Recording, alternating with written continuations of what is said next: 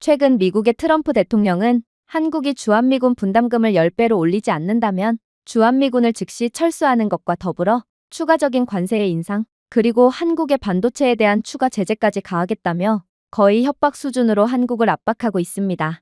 그런데 이에 대해 한국 정부가 내놓은 특단의 조치가 트럼프 대통령을 완전히 당황시켰고 상황은 완전히 급반전되어 오히려 한국이 미국으로부터 막대한 이익을 얻어오는 뜻밖의 상황이 펼쳐졌다고 하는데요. 그리고 이러한 한국의 대응에 전 세계는 한국에 대한 이례적인 찬사를 보내오는 상황이라고 합니다. 그렇다면 도대체 한국이 트럼프의 협박에 대해 어떻게 대응했길래 전 세계가 화들짝 놀란 것일까요? 안녕하세요. 저는 미국 백악관 소속으로 미국의 각종 경제 정책을 담당하고 있는 전문가 라이언이라고 합니다. 저는 이곳 백악관 브리핑룸에서만 해도 거의 15년 동안 서 있었지만 이번 회의만큼 공기가 더 무겁게 느껴지고 거의 억압적으로 느껴지는 순간은 없었습니다. 그날은 마치 산소 자체가 정전기로 대체된 것 같았죠. 도널드 트럼프 대통령은 여러 주요 국가들과 대규모 관세 협상을 타결한 지 얼마 되지도 않아 또 다른 충격적인 발표를 해왔거든요. 그건 바로 한국의 경제를 완전히 사지로 모는 주한미군 방위 분담금에 대한 협정이었습니다. 관세 협상 같은 대규모의 중요한 협상 이후에는 적어도 일주일은 열기를 식혀야 했지만 역시나 트럼프는 불씨가 식을 때까지 기다리는 사람이 아니었어요. 그는 불씨가 아직 빛날 때 휘발유를 뿌리는 것을 선호하는 인물이거든요. 그가 회의를 소집하는 방식만 봐도 그랬어요. 사전 일정도, 언론 자문도 없이 백악관 주요 관계자들과 특파원들 전원은 지금 즉시 회의실에 들어오라는 갑작스러운 전화만 걸려왔거든요. 그리고 그렇게 들어간 회의실에서 그는 13조 원의 추가 부담금을 언급하며 한국이 미국의 보호를 원한다면 그만큼 더 많은 비용을 지불해야 한다는 충격적인 주장을 해왔습니다. 그의 주장에 회의실 내부에 있던 모두가 일제히 굳어버렸어요. 걸프전부터 탄핵 청문회까지 모든 것을 취재했던 구석의 베테랑 AP 기자도 잠시 펜을 내렸죠. 저희 모두는 13조 원이 무엇을 의미하는지 빠르게 인지했기 때문입니다. 이건 그야말로 한국을 더 이상 동맹국으로 대우하지 않겠다는 노골적이고 공격적인 의도였어요. 처음에 그래도 몇몇 인원들은 이건 전부 트럼프의 허세를 부리는 협상 방식이겠거니 하며 애써 침착을 유지했습니다. 트럼프의 이러한 협상 방식은 매우 유명하거든요. 협상 레버리지를 위한 허풍을 떨고 대중의 반응을 테스트한 다음 진정으로 정책으로 전환할지 여부를 선택하는 것이죠. 그러나 보좌관들의 반응을 보아하니 이건 협상 따위를 위한 것이 아닌 그야말로 트럼프의 진심처럼 느껴졌습니다. 평소 포커페이스를 유지하며 걱정하지 마, 그냥 연기일 뿐이야 라는 눈빛을 주고받던 보좌관들은 이제 진정한 불확실성으로 긴장한 채 서로를 바라보고 있었거든요. 즉, 이건 트럼프의 오랜 동맹국을 직접 겨냥한 계획적인 공격이었습니다. 회의실 내부의 모든 인원들은 숨을 참으며 후속 조치를 기다렸습니다. 하지만 그는 조용히 외칠 뿐이었죠. 이것은 협상이 아닙니다. 공정한 요청입니다. 한국은 부유한 국가이므로 이 금액을 감당할 수 있습니다. 그리고 그의 발언은 예상보다 훨씬 더 큰 파장을 일으켰죠.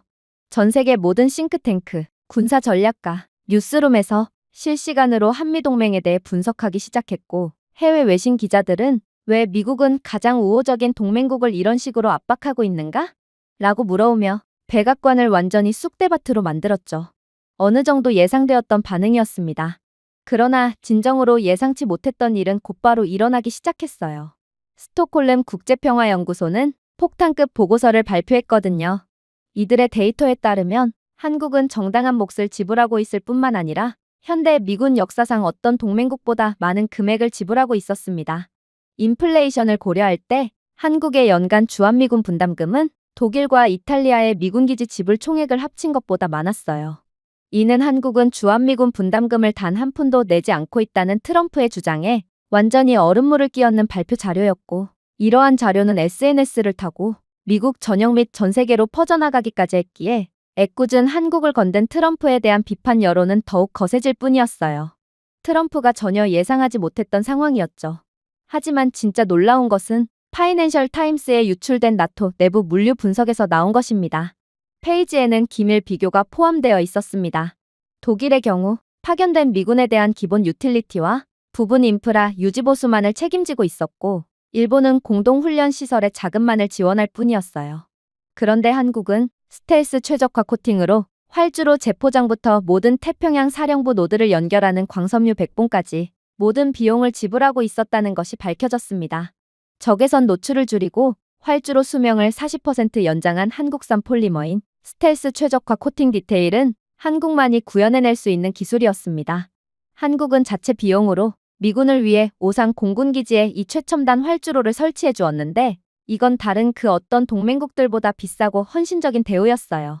그러나 그 어느 것보다 미국 전역을 뒤흔들었던 가장 충격적인 부분은 따로 있었습니다.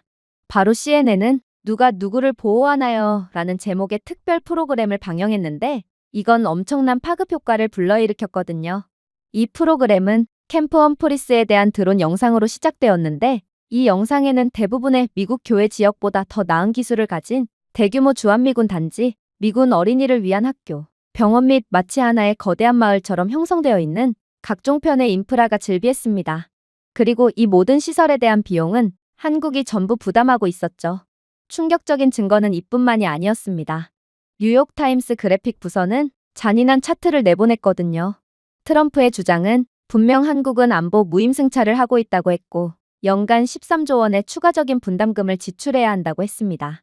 그러나 현실은 한국은 이미 기지 운영의 95%, 캠프 험프리스 건설의 95%, 그리고 공식적으로 존재하지도 않는 수많은 기밀 공동시설의 100%를 자금으로 지원하고 있었어요. 마치 트럼프는 누군가가 고층 빌딩의 90%를 이미 지었는데도 그에게 고층 빌딩 전체에 대한 비용을 추가적으로 지불하라고 요구하는 것과 같았습니다. 워싱턴 포스트 편집위원회는 직설적으로 물었습니다.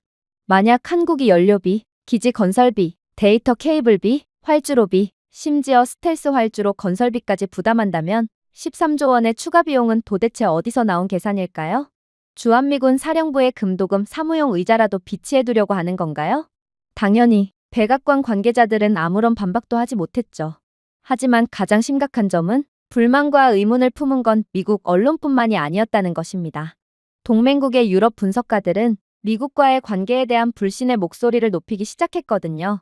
한 영국인 장성은 이에 대해 공식적인 입장을 밝혔어요. 한국은 미국에 있어 가장 전략적인 해외 기지이며 오히려 미국의 이익이 되는 기지인데 한국이 오히려 미국의 기지를 95%의 자금으로 지원해주고 있었다니 정말 믿을 수가 없군요. 심지어 여기에 연간 13조 원을 추가적으로 분담하라고요? 미국은 워싱턴 DC에 한국 동상을 세워도 모자랄 판국에 은혜를 원수로 갚고 있군요. 영국 정부는 이러한 트럼프 정권의 뒤통수에 각별히 주의해야 할 것입니다. 미국은 이제 언제든 동맹국의 피를 빨아먹을 수 있는 국가로 변하고 말았어요. 동맹 재정에 대한 여론이 조용한 도쿄에서조차도 일본의 논평가들은 방송에서 미국의 요구는 과도할 뿐만 아니라 전략적으로 자멸적이라며 이젠 미국을 믿을 수 없다는 뜻을 밝혔습니다. 몇몇 저명한 해외 군사기관은 도대체 한국이 왜 이렇게 미국에 끌려다니는지 이해할 수가 없다며 오히려 한국은 미국에 추가 분담금을 지급하는 게 아닌 미국으로부터 자금 지원을 받아야 하는 수준이라며 목소리를 높였어요. 서울은 모든 주요 미군 기지에 중복 전력망을 지원하고 공격 시 지하 발전기로 자동 전환할 능력이 있는 도시입니다. 한국은 유사시의 병력 운송에 있어서도 핵심적인 역할을 수행할 수 있죠. 한국의 최첨단 고속철도 시스템은 공군 기지와 해군 항구를 연결하여 중장비 이송 시간을 70% 단축하거든요. 방위 능력이요? 한국은 자국 영토에 배치된 사드 및 최첨단 패트리어트 미사일 포대가 존재합니다. 이 시스템은 일본과 괌의 미군 기지를 중복 레이더로 보호하기도 하죠. 그런데 트럼프는 이런 나라에 갑질을 하겠다고요? 주한미군이 철수하게 된다면 미국의 인도 태평양 사령부는 대만 해협에 대한 신속 대응 능력의 3분의 1, 황해 미사일 조기 경보 범위의 거의 절반, 하와이 서쪽에 위치한 유일한 육상 이지스 구축함 항구를 잃게 됩니다. 미국이 그간 이곳 지역에서의 영향력을 유지하기 위해 얼마나 많은 자금과 시간을 쏟아부었는데 그깟 13조 원의 그간 쏟아부었던 막대한 노력을 전부 저버리려고 하는 것이 도저히 이해가 안 가는군요. 트럼프의 미국 우선주의 정책은 결국 미국을 죽이는 결과로 되돌아올 것입니다. 설상가상으로 트럼프의 최측근이었던 관계자도 트럼프를 비판했어요. 이건 너무 코믹할 정도로 불공정한 상황이네요. 트럼프는 한국이 이미 수십 년간의 동맹 유지비를 현금, 토지, 첨단 인프라로 선불했다는 단순한 사실을 무시하고 있어요. 한국에 대한 미국의 이러한 선례는 독일, 일본, 이탈리아 등 다른 모든 동맹국들이 차례로 흔들릴 수 있는 계기가 될 것입니다. 미국의 이러한 조치는 수십 년 동안 가장 긴장된 상태의 인도 태평양 안보 환경 속에서 굳건했던 동맹을 완전히 파괴할 수 있다는 말입니다. 이건 한국 하나만의 일이 아니에요. 미국은 국제 왕따가 되어버리며 모든 패권을 잃어버릴 수도 있는 중대한 일이란 말입니다. 하지만 가장 놀라웠던 건 바로 한국 그 자체였어요. 현재 미국뿐만 아니라 전 세계는 이러한 트럼프의 과격한 조치에 완전히 난리가 난 상황입니다. 하지만 그럼에도 한국은 침묵을 지키고 있었어요. 분명 트럼프는 한국이 몇 시간 내에 반응할 것을 예상하고 있었겠죠. 한국 정부의 단호하지만 정중한 반박, 혹은 적어도 발언에 대해 유감을 표하는 신중하게 작성된 외교 노트를 예상했을 것입니다. 하지만 한국은 트럼프의 머리 꼭대기 위에 있었어요. 몇 시간이 지났음에도 성명조차 발표되지 않았거든요. 한국의 언론조차 침묵으로 일관했어요. 마치 미국의 이러한 조치에 대해 아예 관심이 없는 것처럼 보이기까지 했죠. 그러니 이젠 오히려 압박을 가했던 미국이 초조함을 느끼기 시작했습니다. 사실 외교적 침묵은 매우 이상한 일입니다. 대부분의 상황에서 이는 우유부단함이나 마비를 의미하죠. 하지만 지금의 한국의 반응은 의도적으로 느껴졌습니다. 그리고 백악관의 초조함이 극에 달할 무렵 그제야 한국이 노리고 있던 효과가 무엇이었는지가 천천히 밝혀지기 시작했죠. 한국의 침묵은 결국 미국 내에 전례 없는 혼란을 야기했고 결국 CNN을 시작으로 미국 정부는 돌이킬 수 없는 손해를 보기 전에 빨리 한국에 대한 제재를 철회해야 한다며 트럼프를 압박하기 시작했거든요. CNN은 두 편으로 구성된 탐사 특집, 비용 계산, 한국은 정말로 무임승차자인가를 계속해서 보도했습니다. 그리고 미국 전역을 가장 충격의 도가니로 빠뜨린 부분이 바로 그것이었습니다. 트럼프는 서울을 무임승차자로 묘사했지만 사실 한국은 어떤 보도자료도 자랑하지 않았던 일, 즉 주한미군이 철수하고 한국과 미국과의 동맹관계가 흔들리게 된다면 미국의 능력, 영향력, 안보에 막대한 즉각적인 손실을 초래할 수 있는 임무를 조용히 해오고 있었거든요. 동아프리카 전역의 유엔 공관에 근무하는 한국 장교들은 미국 외교관들은 허가가 나지 않아서 공항 게이트조차 통과할 수 없는 전쟁 지역에서 조용히 휴전을 중재하고 있었습니다. 소말리아, 남수단, 중앙아프리카 공화국에서 한국 공병대와 의료진은 고위급 협상 역할을 하며 세계 평화에 이바지하고 있었습니다. 이건 미국뿐만 아니라 전 세계 선진국들 중 그 누구도 해내지 못했으며 오직 한국만이 해냈고 또 한국만이 할 수 있는 일이었어요. 지금의 선진국들은 열강 제국주의 시절에 다른 국가들을 식민지로 삼고 착취하여 얻은 부로 선진국의 지위를 유지하고 있습니다. 그러나 오직 한국만큼은 서구 열강과 달리 아프리카에서 식민지 시대의 짐을 지고 있지 않죠. 현재 파벌들은 이런 한국을 중립국이자 착한 나라로 인식하고 있기에 미국이나 유럽 협상가들이 늘 실패한 내전에 대한 휴전 협상 및 한국의 개입만은 허용해주고 있는 것입니다. 한국의 평화 유지군은 단순한 정치적 수사가 아닌 실질적인 지원을 통해 신뢰를 쌓으며 그 누구도 할 수 없었던 평화 유지에 큰 공헌을 했던 것이죠. 그런데 한국이 미국과의 동맹관계에 배신감을 느끼며 이 역할을 그만두려고 한다면 적어도 5개의 아프리카 국가에서 미국의 외교적 영향력은 거의 하룻밤 사이에 마비될 것입니다. 또한 밥 알만데브 해협과 같이 글로벌 해운의 중요한 지역의 안정성이 붕괴되어 이러한 초크 포인트를 통과하는 연간 무역이 2천억에서 3천억 달러의 손해를 볼 수 있죠. 그런 손해를 막기 위해서라면 미국은 매년 약 15억에서 20억 달러의 추가 보안 및 물류 비용을 들여 정치적으로 적대적인 환경에 대비하여 자체 군대를 배치해야 합니다. CNN은 이러한 한국의 묵묵히 미국의 이권을 지켜주려던 노력을 칭찬하며 트럼프는 지금 돌이킬 수 없는 실수를 하고 있는 거라며 다시 한번 목소리를 높였어요. 그러나 한국이 수행하고 있던 가장 충격적인 비밀 임무는 따로 있었어요. 그건 동유럽에 구축된 한국형 사이버 방어망이었습니다. 사실 한국이 IT 분야에서 세계 최선두에 있다는 것은 공공연한 사실이에요. 그럼에도 나토의 기밀 그룹 외부에서 동맹의 가장 탄력적인 사이버 방어 네트워크가 한국 사이버 보안 컨소시엄에 의해 구축되었다는 사실을 아는 사람은 거의 없었습니다. 나토의 자체 사후 보고서에 따르면 한국이 구축한 사이버 보안 시스템은 지난 10년간 중국이나 러시아, 북한의 사이버 공격 중에 단 한 번도 방어선이 무너진 적이 없는 유일한 시스템이라고 극찬을 하기도 했어요. 한국은 동맹국인 미국의 부탁으로 인해 러시아의 동유럽에 대한 침공을 대비하고자 이러한 최첨단 사이버 보안 시스템을 동유럽 나토 국가들에 제공하고 있었습니다. 하지만 트럼프의 멍청한 결정으로 인해 한국이 더 이상 이들 국가들의 사이버 보안 시스템을 공급할 필요가 없다고 느끼게 된다면 미국과 나토는 동유럽의 지휘 통제를 위한 가장 안전한 디지털 요새를 잃게 되어 러시아나 중국이 후원하는 사이버 공격에 대한 취약성이 대폭 증가할 것입니다.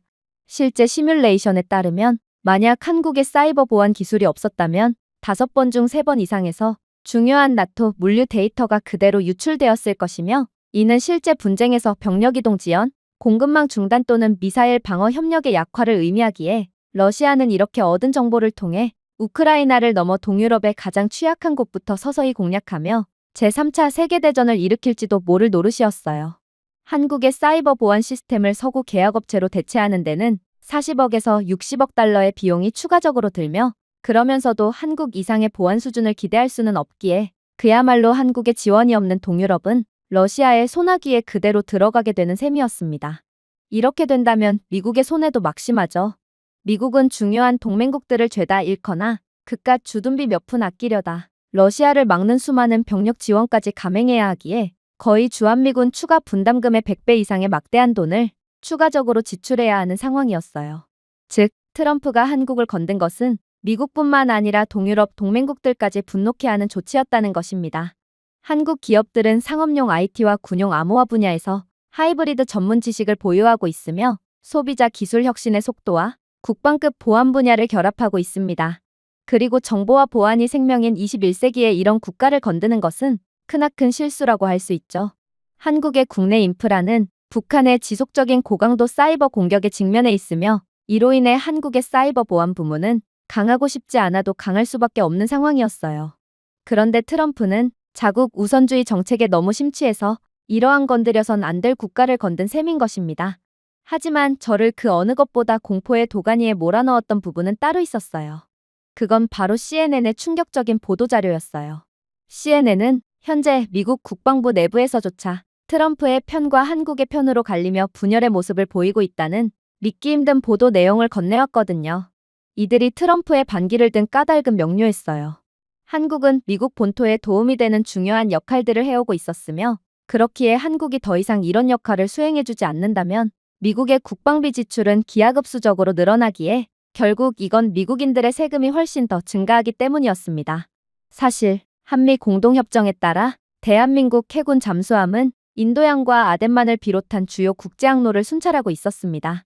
해적행위 시도를 차단하고 불법 무기 밀매를 감시하며 소나 및 비밀 정보 수집 데이터를 미 5함대 및 7함대 사령부와 직접 공유하고 있었죠. 심지어 이건 전 세계에서 오직 한국밖에 할 수가 없는 임무였어요. 한국 잠수함은 연안 해역에서 은밀하게 건조되며 대형 미국 버지니아급 함정이 적합하지 않은 곳에서 효과적으로 운용할 수 있는 유일한 잠수함이었거든요. 심지어 한국 해군은 그간 해안 국가들과 협력 정보 공유 협정을 맺어왔기에 정보적으로도 상당히 우세한 상황이었어요.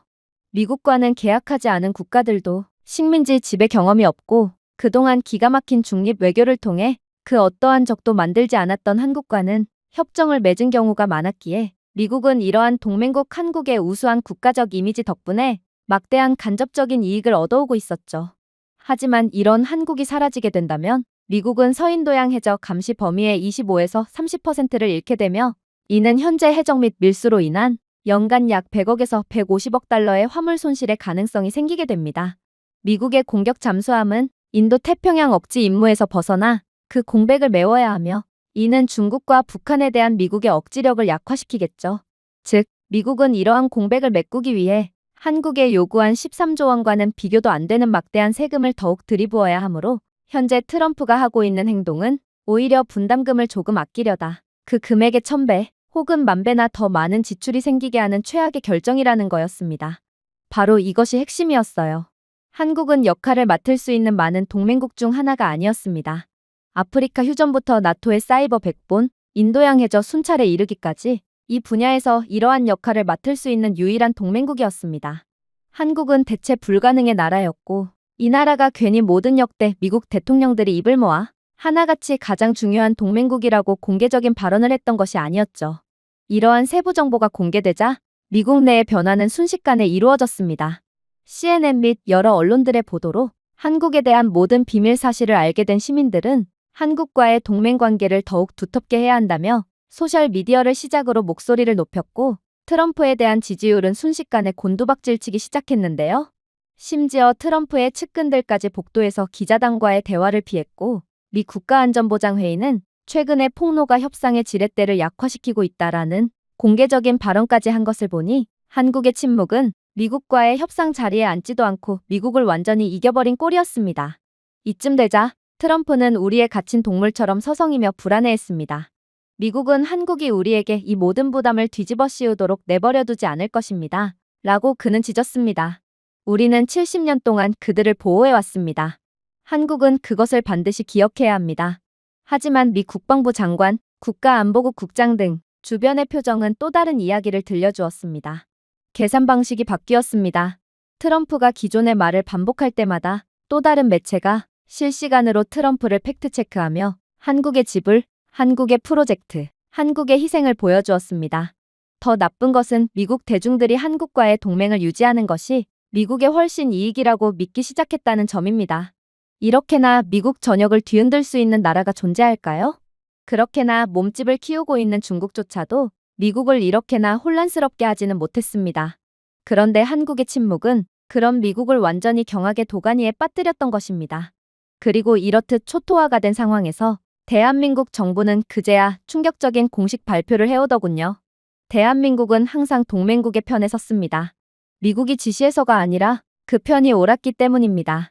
우리는 평화를 위해 기지를 건설하고 방어 자금을 지원하며 피를 흘렸습니다. 우리는 계속 그렇게 할 것입니다. 하지만 분명히 말씀드리지만 동맹은 곡물이 아닙니다. 존중은 일방적인 길이 아닙니다. 그때 진짜 경악스러운 순간이 찾아왔습니다. 제 경력에서 처음 겪는 경우였죠. 한국과 미국과의 우호 관계는 유지되겠지만 한국은 절대로 위협 하에서 협상하지 않을 것입니다. 추가적인 방위비 분담은 거절하겠습니다. 정중하거나 다소 비굴한 어조가 아니었어요. 수십 년 동안 한국은 미국의 수사가 날카로워질 때 대화를 원활하게 유지하고 미국의 어조를 부드럽게 하기 위해 뒤로 몸을 숙였습니다. 하지만 이번에는 달랐어요. 그들은 깃발을 꽂고 움찔하지도 않았습니다. 전 세계의 반응은 거의 난리가 났습니다. 유럽 지도자들은 이 성명에 공개적으로 박수를 보내더군요. 일본 논평가들은 물론 보수적인 논평가들조차도 한국이 감히 아무도 할 수 없었던 입장을 취했다고 인정했습니다. 미국 여론조사에 따르면 미국인의 81%가 한국을 중요하고 신뢰할 수 있는 동맹국으로 생각하는 것으로 나타났어요. 즉, 트럼프는 괜히 주한미군으로 고집을 부리다가 거의 사면초가의 상태에 이르게 되었다는 것입니다. 그리고 한국 정부는 이젠 한국은 더 이상 보호받는 국가가 아니고 이젠 다른 나라를 보호해주는 국가라는 추가적인 발언까지 건네왔기에 백악관 내부는 완전히 쑥대밭이 되고 말았어요.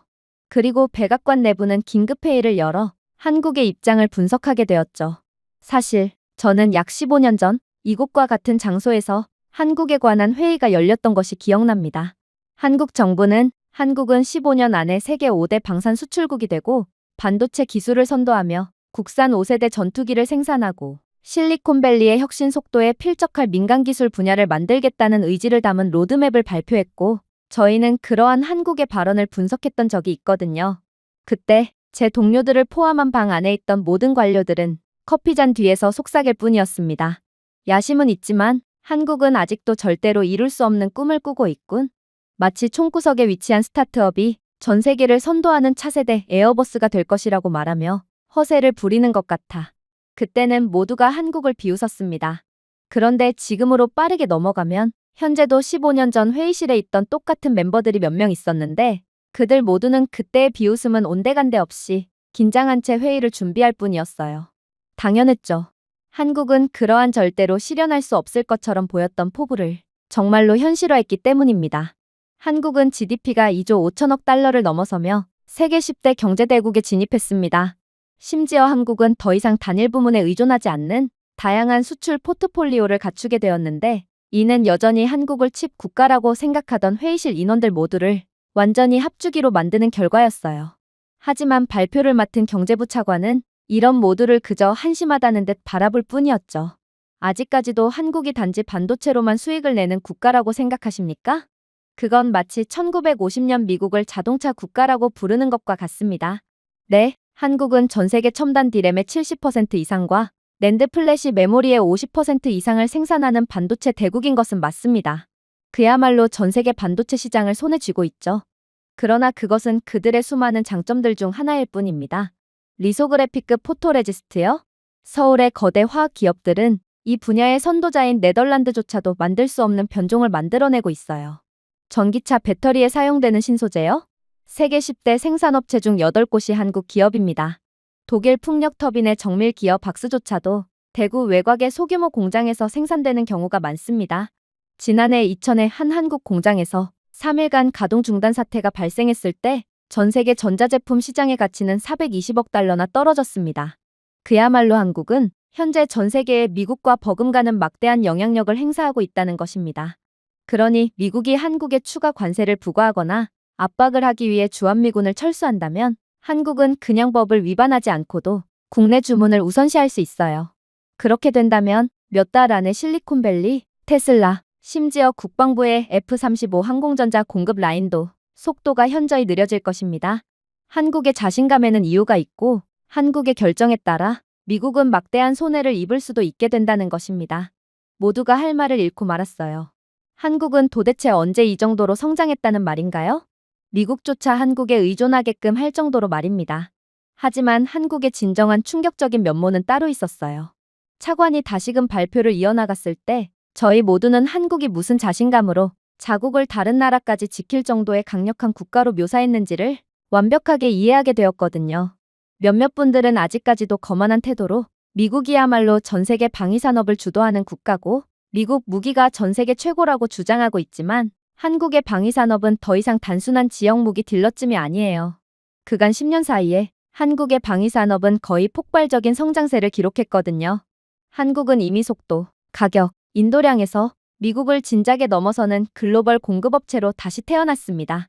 K9 썬더 곡사포가 처음 출시되었을 때만 해도 미국에서는 이를 기술력이 없는 한국이 틈새 시장을 노렸다며 비웃었습니다. 그런데 현재 K9 자주포는 유럽에만 1200대 이상이 수출되는 등 나토 포병 계약을 지배하게 되었습니다. 이들이 왜 미국 자주포보다 훨씬 많은 인도량을 기록하고 있냐고요? K9 자주포는 계약에서 인도까지 18개월 이내에 완료되며 이는 3에서 5년이 걸리는 미국산에 비해 압도적인 수치입니다. 폴란드는 현대 유럽 역사상 최대 규모의 포병 거래인 672대를 미국 무기의 옵션을 전혀 고려하지도 않고 주문하기까지 했어요. 한때 미국이 모조품이라고 깔봤던 KF-21 전투기요. F-35의 60% 비용으로 한국산 AESA 레이더, 장거리 유성 미사일, 최첨단 스텔스 장비를 갖추고 있습니다. 벌써 동남아 및 중동 여러 국가로부터 상당량의 주문을 받은 상태며 심지어 최근에는 나토 회원국들도 구매하기 위해 줄을 서고 있어요. 한국산 전투기는 미국산보다도 훨씬 더 많은 인기를 얻고 있으며 한국은 기술력 하나만으로 미국의 방산파이를 뺏어가고 있다는 말입니다. 잠수함도 마찬가지예요. 장보고급과 그 후속 기종들은 역시나 중동 및 동남아시아를 시작으로 유럽 국가들에서도 미국 무기를 구매하는 대신 예약하고 있거든요. 하지만 가장 소름 돋는 점은 따로 있어요. 이러한 한국의 방산 계약 중 상당수에는 정보 공유 전초기지 역할을 하는 공동 유지보수 허브 계약이 포함되어 있다는 것입니다. 즉, 한국의 방위력은 이제 4개 대륙으로 확장되어 미 해군도 협력해야 하는 영향력 네트워크가 형성되었어요. 그러니까 한국이 자신감을 내보일 수 있는 것입니다. 그들이 생산한 최첨단 무기들은 전 세계로 팔리고 있고 그러한 계약을 기반으로 정보력까지 얻고 있는 상태예요. 이 정도로 강력해진 한국인데 이들이 주한미군으로 협박을 하는 미국을 보고 얼마나 어이가 없었겠습니까? 회의실에는 정막만이 감돌 뿐이었습니다. 한국이 이 정도로 전방위적으로 준비된 나라라고는 전혀 생각지 못했거든요. 정말로 저는 15년 전과는 완전히 달라진 그야말로 불가능해 보이는 꿈을 정말로 실현해버린 한국에 두려움마저 느끼고 말았어요. 그러나 차관은 계속해서 충격적인 말을 해오며 저희 모두를 완전히 경악의 도가니로 빠뜨릴 뿐이었습니다. 한국에 정말로 무서운 점은 따로 있어요. 이들의 기술력은 놀랄 만큼 빠르게 성장하고 있고 얼마 안가 미국을 추월할 것이 거의 확실시되고 있기 때문입니다. 국무부는 이를 공개적으로 인정하진 않고 있지만 지난 5년간 미국의 사이버 방어 업그레이드 중 일부는 한국의 프로토콜에 기반한 것입니다. 이미 미국은 많은 중요한 부분에서 한국의 기술력에 의존하고 있으므로 앞으로 한국이 더욱 발전한다면 이러한 의존도는 점점 더 높아질 거라는 말입니다. 그리고 AI를 빼놓을 수가 없죠. 미국 국회의원회에서 규제에 대해 논의하는 동안 서울시는 민간 및 군사 분야에서 AI 기반 물류를 완전히 통합했습니다. 부산과 인천의 항구는 로스앤젤레스나 로테르담보다 컨테이너 화물을 40%더 빠르게 하여 분류, 발송할 수 있어요. 이러한 속도는 단순한 경제적 이점이 아니라 군사적 이점이기도 합니다. 그리고 우주에서요? 한국이 개발한 저궤도 정찰 위성은 이제 30cm 미만의 해상도 이미지를 제공하며 이미지 재생률은 NGA의 자체 상업 파트너에 필적합니다. 미군이 인도양에서 한국군과 여러 차례 공동작전을 수행할 때는 압권이었죠.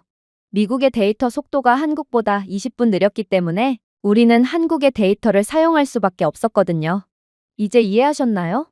한국이 주한미군 분담금에 대한 추가 협상을 진행하지 않겠다고 말한 건 이들의 객기가 아닌 실력에서 비롯된 진정한 자신감이라는 것입니다. 그리고 이제 충격적인 숫자가 공개되었습니다. 주한미군 철수는 연간 1,800억 달러 규모의 양국 교역의 차질을 빚을 것입니다. 한국에 높은 관세를 부과한다고요? 그렇게 한다면 미국은 2년 이내에 반도체, 전기차 배터리, 방위산업체 하청업체 부문에서 40만 개의 일자리를 잃을 수 있습니다. 한국의 메모리 칩 수출이 10% 둔화된다면 미국은 한 분기 만에 GDP 성장률이 0.7% 감소할 수 있습니다. 그리고 차관은 이러한 숫자를 공개한 뒤 답답하다는 듯 외쳤어요. 주한미군 주둔이나 관세를 무기화한다고 해서 한국에 피해를 줄 수 있는 것이 아닙니다. 그러니 한국이 압박감을 느끼지 않는 것이죠. 우리는 그저 글로벌 기술 무기 경쟁의 한가운데서 자체 제조 기지를 절단하고 있을 뿐이에요. 이런 멍청한 짓이 또 있을까요? 이건 그간의 한국과 미국과의 관계를 완전히 뒤흔들어 놓는 결과였습니다. 70년 동안 한국과 미국의 동맹은 조용한 가정에 의해 뒷받침되어 왔어요. 한국은 미국이 필요로 하는 것보다 더 많은 것을 필요로 했고 그것이 바로 미국이 모든 협상에서 끌어온 지렛대였습니다. 하지만 오늘의 현실은 그 지렛대는 사라졌습니다. 내일 모든 미군이 한국 땅을 떠난다고 해도 한국의 방어태세는 거의 흔들리지 않을 것입니다. LSAM, 청궁2, 사드 등 미사일 방어망은 완전히 통합되고 중복됩니다. 한국의 해군은 미국의 호의 없이 페르시아만에서 남태평양까지 항로를 안전하게 유지할 수 있어요. 그들의 지능형 위성과 드론은 더 이상 ISR 파이프라인에 의존하지 않는 AI 기반 지휘센터의 표적 데이터를 공급합니다. 그리고 더욱 충격적인 점이요? 첨단 메모리 기술, 전차 및 자주포 생산, 특정 AI 기술력 등 일부 분야에서는 한국이 미국보다 앞서 있습니다. 이게 바로 한국의 자신감의 원천이었어요. 그리고 루즈벨트 룸에서 순간이 찾아왔습니다. 트럼프는 더 세게 밀어붙이라는 매파들의 일반적인 합창을 기대했습니다. 대신 상무부, 재무부, 국방부 장관들까지 나서 그를 반대했어요. 미 국방부 장관은 신중하게 말했습니다. 한국에 대한 군대 철수나 광범위한 관세를 부과한다면 즉각적이고 장기적인 피해는 오히려 우리에게 있을 것입니다. 한국은 이미 군사적으로 자급자족하고 있습니다.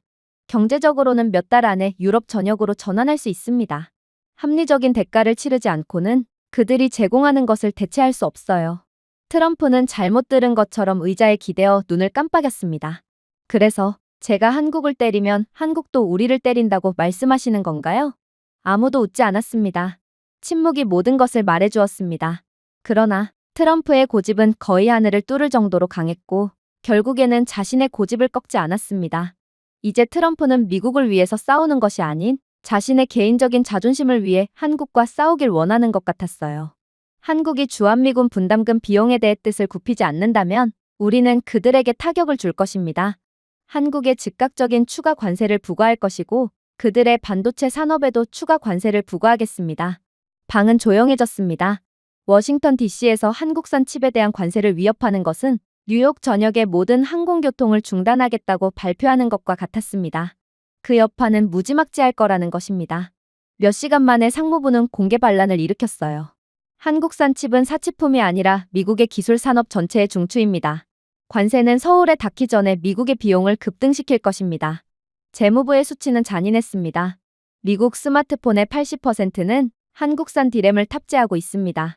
심지어 한국의 팹은 미국 방위용 항공전자공학 분야에서 마이크로 컨트롤러의 절반 이상을 공급하고 있기도 하죠. 심지어 국방부의 국가 슈퍼컴퓨터도 한국산 HBM 메모리 스택에서 작동합니다. 이렇듯 모든 경고는 만장일치였습니다. 5% 관세가 부과되면 1년 이내에 미국 제조업에 1200억 달러의 다운스트림 비용이 추가될 수 있습니다. 인텔은 한국이 하는 것처럼 충분히 빠르게 공급할 수 없어요. 결국 미국이 피를 흘리게 될 것입니다. 그러나 트럼프는 역시나 예상치도 못한 반응을 보이더군요. 우리는 미국입니다. 한국이 먼저 굽히게 될 겁니다. 더 이상 경제학이 아니라 자존심 대결이었어요. 물론 트럼프만 자존심을 내세웠고 한국은 평온만이 가득했죠. 미국 시장은 한국에 대한 공격으로 발생할 패닉에 대비했습니다. 미국 전역이 앞으로 어떤 지옥이 찾아올지 몰라 벌벌 떨었죠. 하지만 한국의 반응은 그런 저희 모두를 완전히 경악의 도가니로 밀어넣었습니다. 그들의 반응이요? 그야말로 아무것도 없었거든요. 긴급 기자도 없고 통화 개입도 없었습니다. CNBC 카메라 앞에서 관용을 구걸하는 한국인 CEO도 없었습니다. 제가 오랫동안 알고 지낸 한국인 고위 직원이 보안 통화에서 미소를 짓더군요.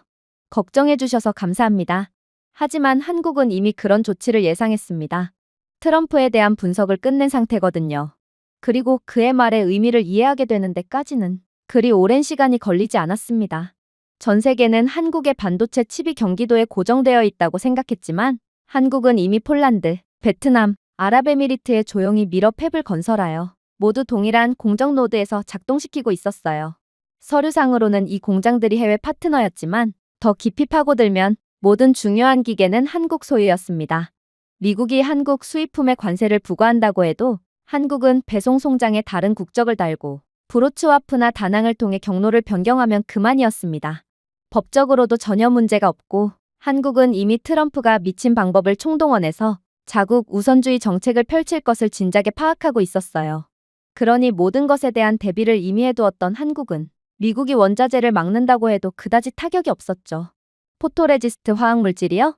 한국은 이미 벨기에 생산업체의 지배 지분을 매입한 상태였어요. 리소그래피 레이저에 필요한 초순수 네온가스요? 한국 기업들은 이미 러시아 우크라이나 전쟁이 시작되기도 전에 우크라이나와 캐나다 광산을 통해 전 세계 정제 공급량의 85%를 조용히 확보하고 있었습니다. 미국이 추가 보복을 시도하면 한국은 미국으로부터의 자재 공급을 한 번도 받지 않고도 미국을 질식시킬 수 있었어요. 한국은 이미 공급망 다각화를 완료한 상태였기 때문입니다. 하지만 가장 충격적인 점은 따로 있었어요. 바로 한국은 이미 AI 기반으로 시장 경로를 변경할 수 있는 국가였거든요. 한국무역부는 이미 글로벌 배송 흐름을 실시간으로 재계산할 수 있는 AI 물류를 통합한 상태였어요. 한국에 대한 추가 관세가 부과된다면 한국산 AI는 단순히 관세가 없는 시장인 유럽, 중동 국가의 프리미엄 칩 할당을 옮기면 그만이었습니다. 미국으로 향할 예정이었던 고성능 칩들은 그저 다른 국가로 향하면 되었던 것이죠. 72시간 이내에 한국의 미국 관세로 인한 손실은 다른 국가에서의 높은 마진 판매로 상쇄될 것이므로 이건 한국 입장에서 손해볼 것이 전혀 없는 셈이었습니다. 미국이 아닌 다른 국가에 판매하면 되는데 한국이 뭐하러 쩔쩔맨다는 말인가요? 트럼프의 관세가 발생시킬 유일한 효과요. 이달 말까지 미국 전자제품 가격이 12% 인상되고 저렴한 칩을 구할 수 없게 된 미국 조립 공장의 해고 물결뿐이었습니다. 한편 한국의 반도체 수출은 분기 대비 3% 증가하는 것으로 예측되었죠. 물론 그럼에도 한국은 그동안 미국에서 수입하던 막대한 양의 반도체 칩을 전부 다 해외로 물량을 떠넘길 수는 없을 거예요. 하지만 그럼에도 한국은 단 한 푼의 손해조차 보지 않게 된다는 충격적인 결론이 도출되었습니다.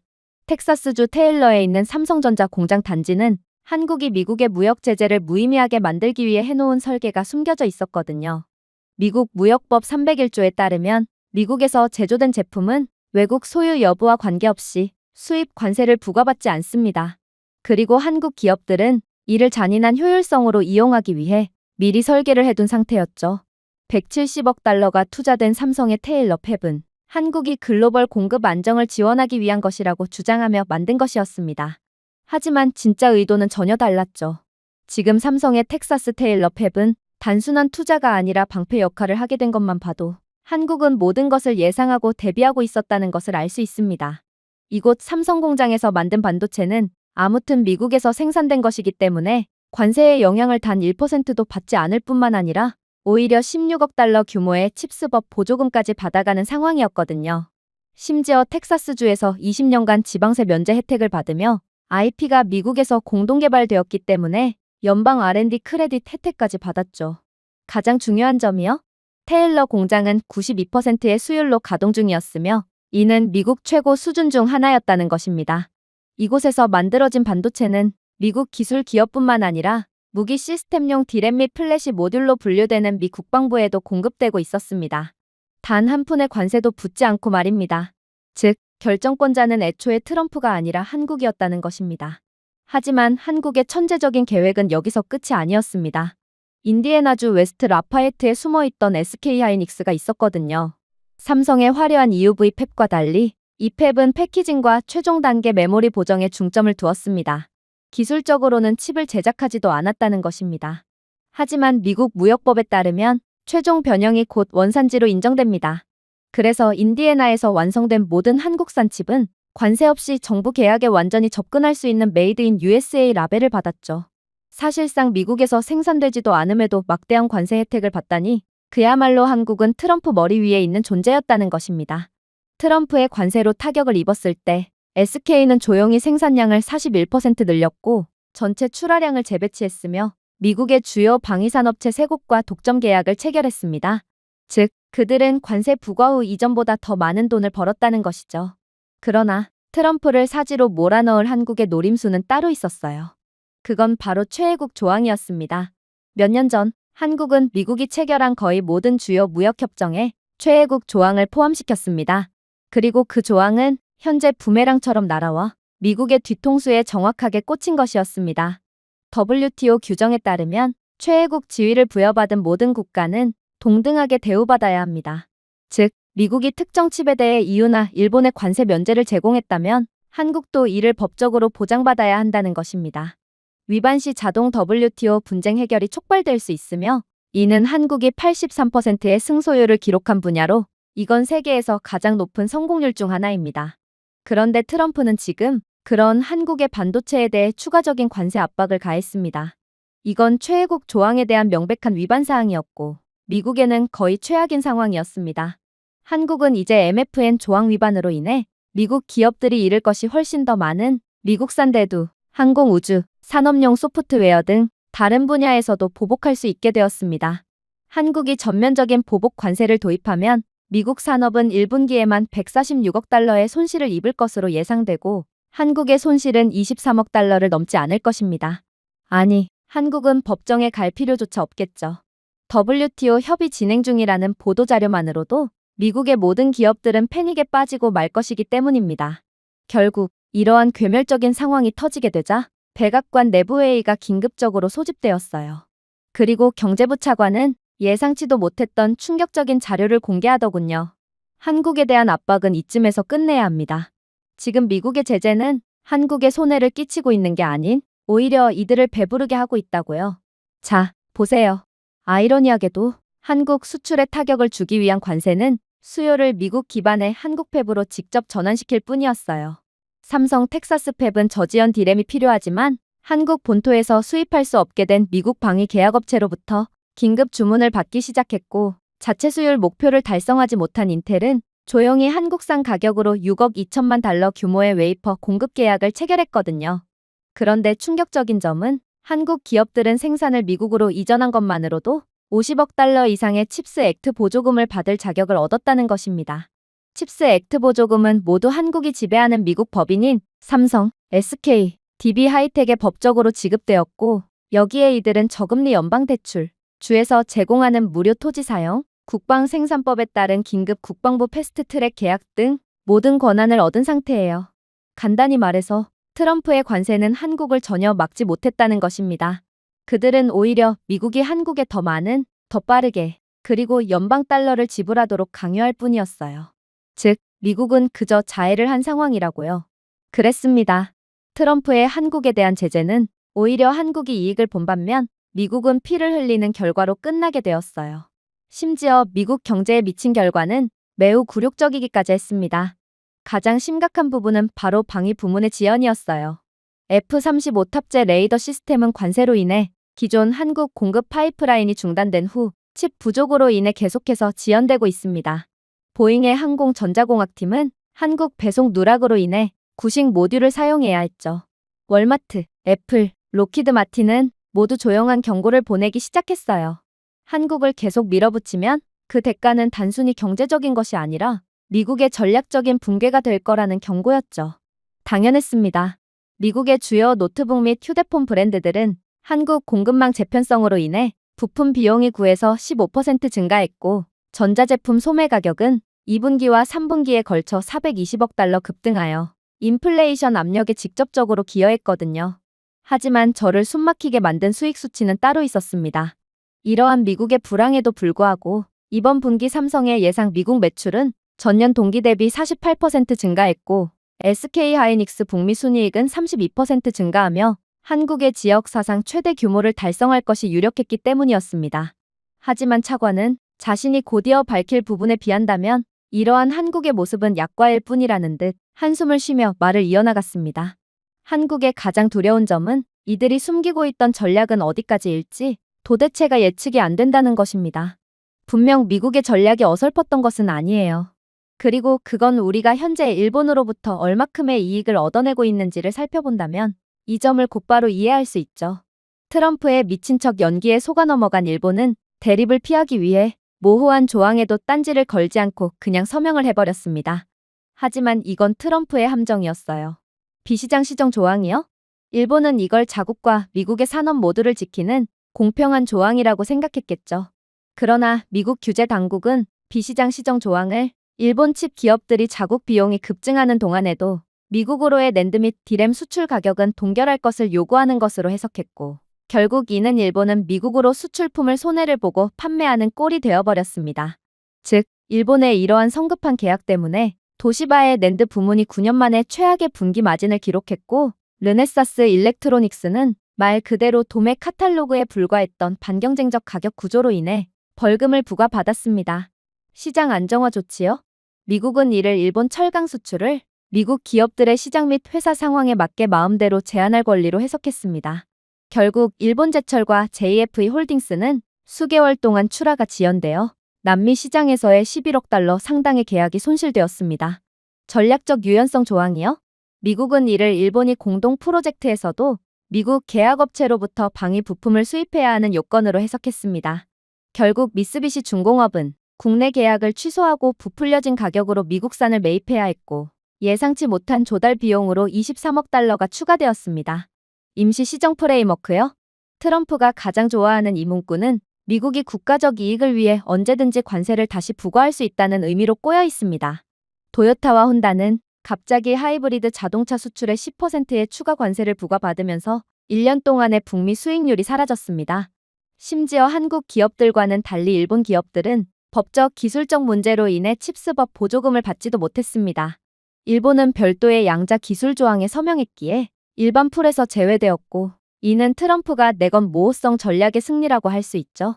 도쿄가 피해를 인식했을 때 그 수치는 이미 충분히 잔인했습니다.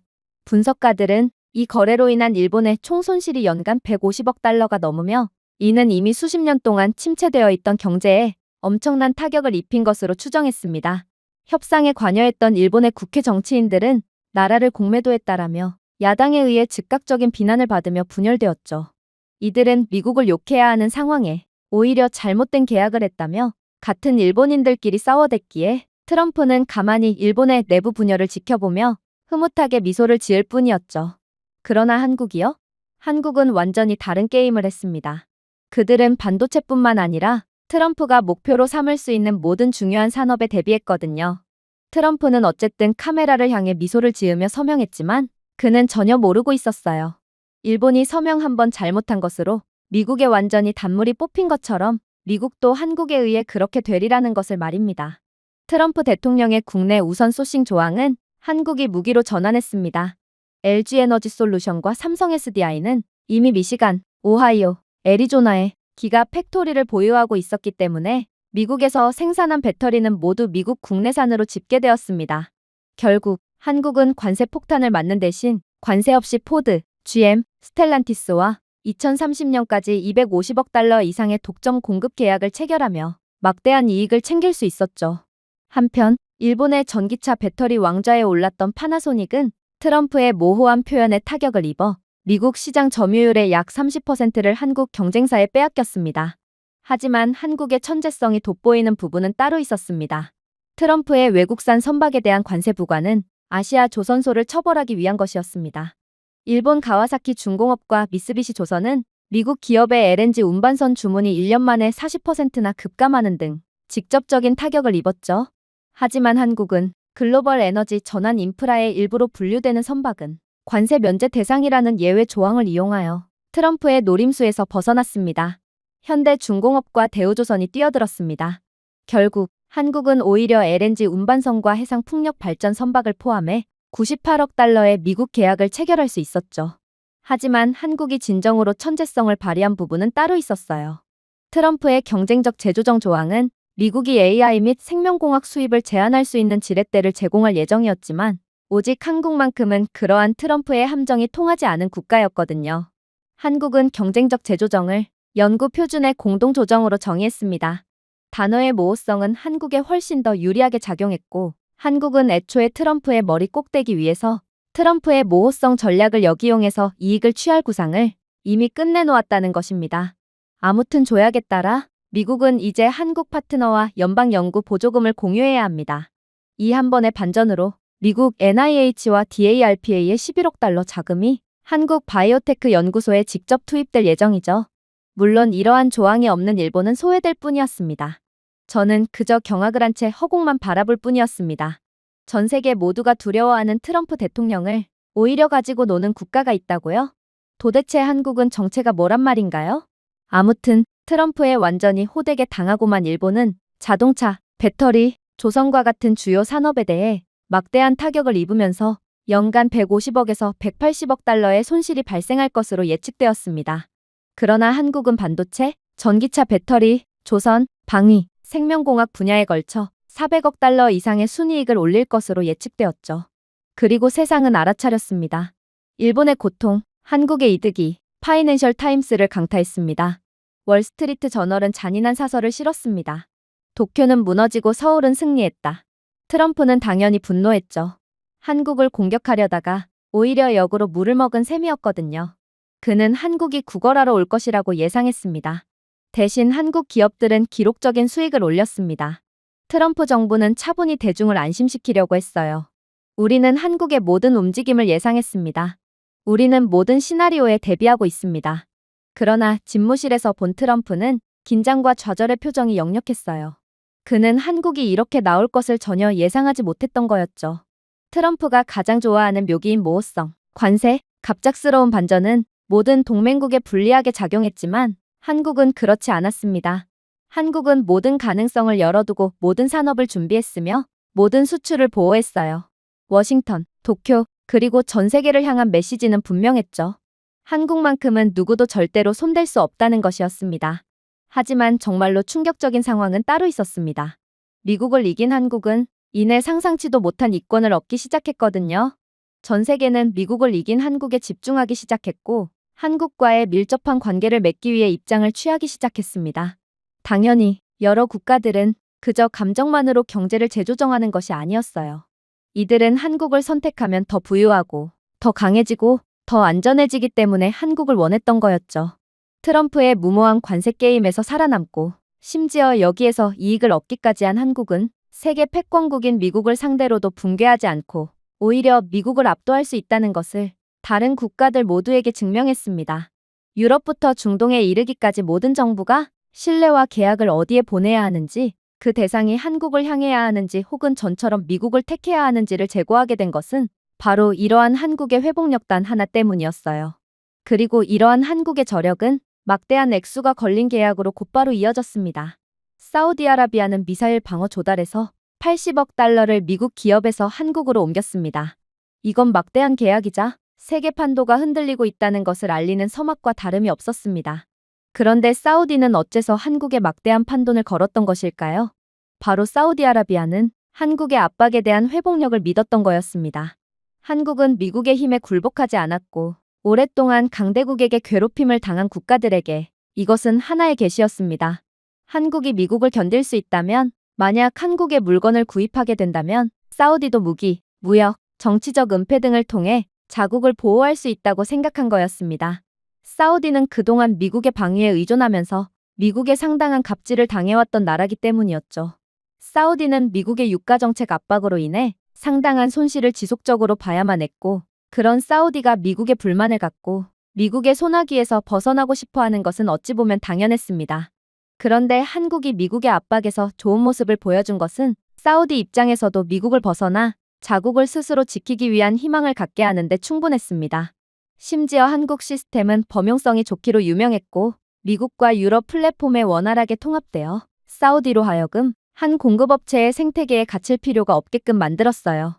사우디는 계약을 위장하여 독립을 꿈꾼 거였습니다. 하지만 더욱 소름 돋는 점은 오직 사우디만이 한국과 초대형 계약을 했던 것이 아니었다는 거였죠. 폴란드는 이전 계약보다 2배로 늘려 200억 달러 상당의 K2 전차, K9 호위함, FA-50 제트기로 주문을 확대했습니다. 이유는 더욱 충격적이었습니다. 기존의 전통 군사 강국이었던 프랑스와 독일, 미국과는 달리 한국은 단순한 제조만을 하는 것이 아니라 최신 기능을 직접 발명했기 때문입니다. 이러한 한국의 기술력이야말로 폴란드가 러시아나 정신나간 트럼프가 지배하는 미국으로부터 자국을 지킬 수 있는 방법이기도 했죠. AI 기반 방위 시스템, 친환경 에너지 마이크로그리드 등 한국의 타의 추종을 불허하는 최첨단 기술력은 사치품이 아니라 생존 도구였습니다. 한국의 무기를 구매한다는 것은 내일의 안전을 오늘날의 가격으로 구매하는 것을 의미했기에 폴란드 입장에서는 이러한 한국과의 거래를 대폭 늘렸던 것이죠. 하지만 이 계약을 특별하게 만든 점은 따로 있었습니다. 폴란드의 국방부 장관은 자신들이 한국을 선택한 충격적인 이유를 추가적으로 발표하면서 전 세계를 놀래켰거든요. 한국에서 주문한 전차의 처음 200대는 18개월 이내에 도착했는데 미국과 독일은 5년이 걸렸을 것입니다. 그 속도는 폴란드가 이론이 아닌 오늘날 느낄 수 있는 안보로 이어졌습니다. 그러니 미국산이 아닌 한국산을 선택하는 게 합리적이고도 당연한 선택 아닌가요? 심지어 호주는 생애 주기 비용 절감을 이유로 한국 구축함과 잠수함에 64억 달러를 추가로 투입했는데 한국 선박은 미국 선박보다 30% 적은 인력으로 유지보수할 수 있었기 때문입니다. 호주에 있어서 한국은 단순한 절약이 아니라 지속 가능성이었어요. 그러나 더욱 놀라웠던 점은 전 세계는 한국에 단순히 무기만 구입한 것이 아니었다는 것입니다. 전 세계는 이미 한국이 미국에 무엇을 제공하는지를 똑똑히 지켜본 후였어요. 그래서 그들은 서울에서 제공하는 전략적 자율성을 구매하기 위해 줄을 섰죠. 인도는 삼성과 KT의 차세대 5G 및 AI 백본 구축을 위해 90억 달러 규모의 계약을 체결했습니다. 이는 중국의 백도어를 피하면서 서구 기업에 대한 10년간의 기술 의존도를 뛰어넘은 것을 의미했습니다. 한국을 선택한 것은 연결성으로 위장한 주권이었습니다. 브라질은 연간 50억 달러의 수출을 창출할 것으로 예상되는 현대와 삼성을 생산 통로로 맞이했습니다. 브라질리아에게 이는 단순한 일자리가 아니라 브라질을 한국의 글로벌 가치 사슬과 연결된 2차 허브로 자리매김하는 것이었습니다. 이들이 도대체 왜 한국을 선택했냐고요? 그건 이들 국가들은 오랜 시간 동안 중립적인 외교 정책을 펼쳐왔으며 거대한 시장을 가지기로 유명한 국가였고, 이러한 이들의 특성은 이번에 한국이 보여준 중립적이면서도 유능한 면모에 아주 잘 부합했기 때문입니다. 한국은 미중 경쟁에 얽매이지 않았습니다. 한국은 붕괴 없이 양측에 팔릴 수 있는 유일한 선진 경제국이었죠. 이러한 한국의 중립성은 다른 국가들에게 숨통을 트이게 하여 편을 들지 않고도 자신들의 입장을 균형 있게 조정할 수 있게 해주었기에 브라질과 인도 등의 국가에서는 한국에 러브콜을 보내왔던 거였습니다. 이들의 논리는 간단했어요. 한국과 동맹을 맺고 이제 한국처럼 미국이나 중국이 제공할 수 없는 유연성, 기술, 협상력을 얻겠다는 거였습니다. 심지어 유럽조차 한국산 전기차 배터리로 눈을 돌렸는데 폭스바겐, 르노, 스텔란티스는 한국 기업들과의 장기 계약에 220억 달러를 쏟아부으며 중국은 불안정하고 미국은 고가입니다. 한국은 효율적이면서도 주권적입니다. 라고 공개적으로 인정했습니다. 유럽에게 이는 중국에 굴복하지 않고 깨끗한 에너지를 확보하는 것을 의미했습니다. 한국을 택한다면 미국의 갑질에 휘둘리지 않아도 되기도 했죠. 한국은 글로벌 시장에서 신뢰성, 혁신성, 비용 효율성의 최고 비율을 제공했기에 모두가 한국을 원했던 거였죠. 그러나 한국이 그 무엇보다 큰 이익을 봤던 부분은 따로 있었어요. 바로 한국의 승전보에 금융시장은 외교관들보다 더 빠르게 반응했기 때문입니다. 중동 및 아랍 국부펀드는 한국 주식과 채권에 400억 달러를 쏟아부었습니다. 이들에게 한국은 단순한 파트너가 아니라 미국의 예측 불가능성과 중국의 불투명성에 대한 해지 수단이었습니다. 이들은 한국이 차후에 미국과 버금갈 정도로 성장하는 것에 베팅을 했던 거였죠. 아이러니하게도 월스트리트는 미국의 관세가 한국 기업에 타격을 주지 않았다는 사실을 깨닫고 180억 달러를 오히려 서울 쪽으로 옮겼습니다. 애널리스트 보고서에 따르면 한국 자산은 한때 스위스와 독일에만 사용되던 위기 방지 라벨이 되었습니다. 당연히 트럼프 대통령은 이러한 소식에 대한 보고를 듣자마자 화가 머리끝까지 나서 소리를 질러댔죠. 하지만 그럼에도 한국에 대한 전 세계의 러브콜은 식을 기세가 보이지 않았습니다. IMF조차도 한국을 체계적인 앵커 국가로 인식하여 한국의 경제가 이제 글로벌 안정의 중심이 되었음을 알렸거든요. 투자자들에게 한국을 선택한다는 것은 혼란의 시대의 안정을 선택하는 것을 의미했습니다. 얼마 지나지 않아 다자간 기구들이 자금을 따랐습니다. 나토는 한국을 방위비 조달 회담에 초청했고 OECD는 한국 관리들에게 디지털 무역 프레임워크 초안 작성을 도와달라고 요청했으며 이는 한국의 데이터 거버넌스 리더십을 인정한 셈이었습니다. 이 기관들에게 한국을 포용하는 것은 자선이 아니었습니다. 확신과 안보였습니다. 그들은 자신들의 미래를 안정시키기 위해 서울의 방법이 필요했기 때문이었죠. 이쯤 되자 워싱턴 자체 기관들조차도 현실을 무시할 수 없었습니다. 미국 상무부는 미국 관세로 인해 미국 기업들이 120억 달러의 기회를 잃었고 한국의 수출은 증가했다고 보고했습니다. CIA는 이례적으로 기밀이 아닌 공식 석상에서 한국의 예상 능력이 현재 미국 모델을 초과한다라고 인정했어요. 미국의 관료제에서 한국을 선택하는 것은 더 이상 선택사항이 아니었습니다. 그것은 생존이었죠. 하지만 그럼에도 불구하고 오직 한 국가만큼은 이러한 한국을 도저히 인정하려고 하지 않았습니다. 그건 바로 일본이었죠. 도쿄 신문들은 한국의 급증을 일시적인 기회주의라고 일축했습니다. METI 관계자들은 일본은 분기당 67억 달러의 손실이 증가했음에도 불구하고 아직 지켜봐야 한다며 책임을 회피했습니다. 일본의 전직 총리는 한국의 부상이 일시적일 뿐이고 곧 원래 있던 자리로 추락하게 될 것이다 라고 주장했는데 이는 다른 국가들의 조롱거리가 되는 한심한 비난일 뿐이었습니다. 일본의 부러움은 부정으로 바뀌었습니다. 하지만 어떤 부정도 서울에 쏟아지는 계약, 이익, 존경심을 숨길 수 없었죠. 그러나 무엇보다 주목할 점은 한국은 미래의 계약까지도 전부 쓸어 담으며 그야말로 막대한 이익을 차지했다는 거였습니다. 트럼프의 관세 게임에서 한국이 승리한 후 유럽의 박수나 월스트리트의 투자뿐만이 아니라 아프리카, 동남아시아, 라틴 아메리카 등 종종 간과되는 곳에서도 한국에 대한 러브콜이 터져나왔거든요. 오랫동안 개발도상국 또는 신흥국가라는 꼬리표를 붙인 국가들은 이제 베이징이나 워싱턴이 아닌 서울을 모델로 삼았습니다. 그들은 단순히 계약을 추구하는 것이 아니라 존엄성을 추구했습니다. 그리고 그들에게 한국은 그러한 존엄성을 얻을 수 있다는 살아있는 증거였습니다. 제가 아프리카나 동남아시아 대표단을 만날 때마다 그들은 거의 경건하게 같은 말을 속삭이곤 했습니다. 50년 전만 해도 한국은 우리보다 가난했습니다.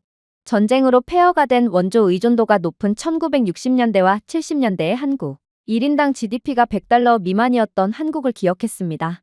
한국인들이 유엔으로부터 식량 원조를 받은 방법, 아이들이 기름등 아래서 공부한 방법, 흙바닥이 있는 오두막에서 온 가족이 어떻게 살았는지 등을 기억했습니다. 이들에게 한국의 이야기는 추상적인 역사가 아니었습니다. 오늘날 그들만의 고군분투를 보여주는 거울이었죠. 이제 그들은 같은 한국이 글로벌 반도체 공급망을 주도하고 세계적 수준의 선박을 수출하고 인공위성을 제작하고 미국 대통령에게 직접 도전하는 모습을 보았습니다. 그 대조는 엄청났습니다. 한국이 누더기에서 부자로 성장할 수 있다면, 한국과 협력한다면 이들 국가도 마찬가지로 성장할 수 있을 것이라는 기대감을 가지기에 충분했어요. 사실 이 국가들은 오랫동안 미국과 중국의 구애를 받아왔습니다. 당연했죠. 아프리카 및 라틴 아메리카 국가들은 아직은 가난하지만 성장 가능성만큼은 풍부하거든요. 이들의 토지에 묻혀있는 각종 자원을 고려해본다면 미국과 중국이 이들 신흥국들을 눈독 들이고 있는 건 당연하다고 볼 수 있죠. 그러나 두 강대국 모두 이들에게 항복을 요구했습니다. 워싱턴은 정치적 조건이 붙은 대출을 제공하여 종종 민영화를 강요하거나 미국 전략에 동조하라며 압박하는 경우가 많았습니다.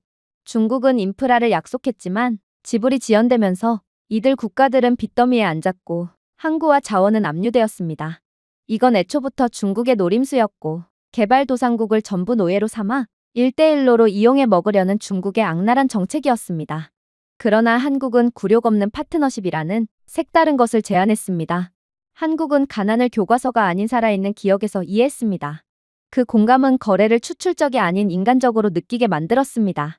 그러니 이러한 개발도상국들과 더욱 공감 있는 협상을 진행할 수 있었죠. 심지어 한국 기업들은 최첨단 솔루션을 제공했지만 이들 국가들의 정치적 복종을 요구하지는 않았습니다. 한국과 손을 잡는다면 각국은 주권을 포기하지 않고 드론, 마이크로그리드 또는 통신 시스템을 확보할 수 있었죠.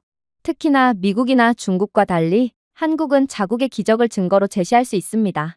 이미 이들 국가가 어려움을 겪고 있는 길을 걸어간 상태였고, 그렇기에 이러한 개발도상국들 입장에서 한국은 더욱 믿을 만한 상대였던 것입니다. 결국 아디스아바바에서 아프리카 연합은 한국과 150억 달러 규모의 기술 파트너십을 발표했습니다. 에티오피아, 케냐, 나이지리아는 삼성, KT와 계약을 맺고 유럽 입찰가보다 30% 저렴한 저가형 5G 네트워크를 구축했습니다.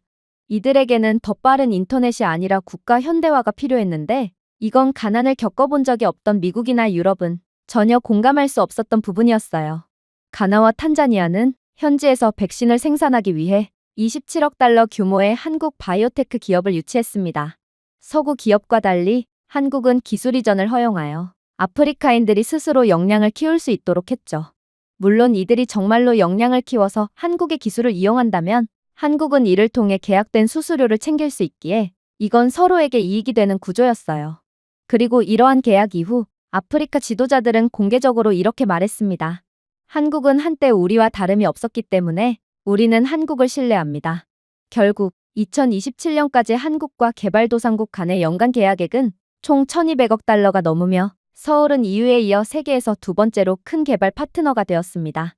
음악, TV, 어학원이 아프리카와 라틴 아메리카 전역에서 열망의 상징이 되면서 한국 문화 수출이 2배로 증가할 것으로 예측되었습니다. 군사 수출이 40% 급증했으며 개발도상국이 수요의 절반을 차지했습니다. 가장 중요한 것은 서울이 돈으로 살 수 없는 것을 얻었다는 점이었어요. 그건 바로 도덕적 권위였습니다. 개발도상국들은 한국을 세계 최초의 식민지 이후 초강대국으로 여겼습니다. 이러한 이미지는 장기적으로 한국의 수조 달러에 달하는 정치적 자본을 안겨주겠죠. 이러한 한국의 선전에 미국 관리들조차 사적으로 손실을 인정했습니다. 트럼프는 화를 냈지만 계약 수십억 달러 선의를 지울 수 없었습니다. 이러한 한국의 행보를 지켜보다 보니 저는 문득 1950년대 한국의 흑백 사진들이 떠올랐습니다. 그 나라는 분명 희망이 없어 보였습니다. 그러나 오늘날 그 모습은 오히려 한국의 힘과 신뢰를 가져다 주었습니다. 개발도상국들은 한국과 단순히 계약만을 체결한 것이 아니었어요. 그들은 한국처럼 진흙탕 오두막에서 대도시로, 기근에서 위성으로, 침묵에서 리더십으로 부상할 수 있다는 꿈에 서명하고 있었습니다. 그리고 그 순간 저는 한국이 트럼프를 이긴 것은 한국만의 이야기가 아니라는 것을 깨달았습니다.